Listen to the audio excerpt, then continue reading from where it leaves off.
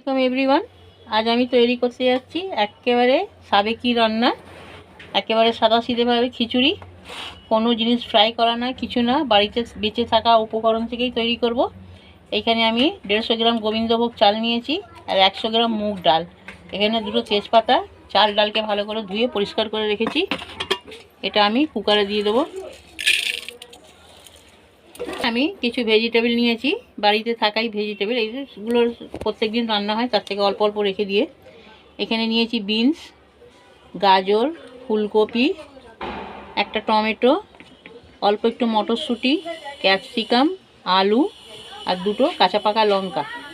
এইগুলো সব এতে দিয়ে দেবো।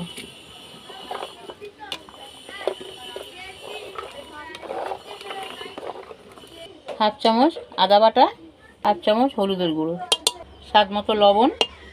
এখানে দেবো কিছুটা জল। এখানে মাপে 1 জগ দিয়েছি, মানে হাফ লিটার জল।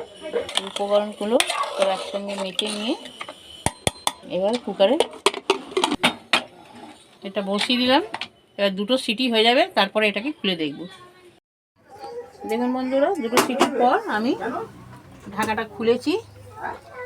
আপনাদেরকে দেখাচ্ছি খিচুড়িটা এইরকম পাতলা রাখবো। খিচুড়িটা পুরো দেবে।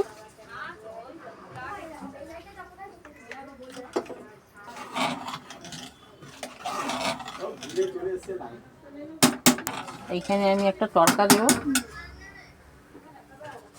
গোলটা ঘি, এই ঘিটা আমি ব্যবহার করি, আপনারাও ব্যবহার করবেন। দারুণ সেন্ট আছে বন্ধুরা। এতে জিরে দিয়ে দেবো।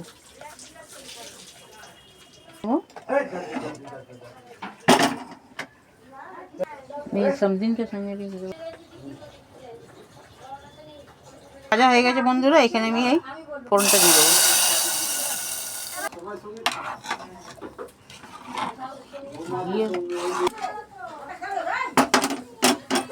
দেখুন বন্ধুরা, খিচুড়িটা আমার একেবারে সম্পূর্ণ রেডি। এখন একেবারে ধোঁয়া ওঠা খিচুড়ি, গরম গরম দুপুরটা একেবারে জমে যাবে। এখানে আমার রেডি হয়েছে।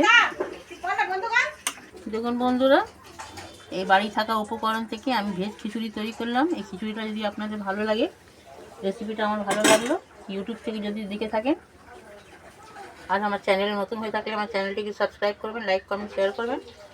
আর যদি ফেসবুক থেকে দেখেন, আমার পেজটিকে ফলো করবেন, আমার সঙ্গে থাকবেন, ভালো থাকবেন, সুস্থ থাকবেন, দোয়াতে আমাকে মনে করবেন। আল্লাহ হাফিজ।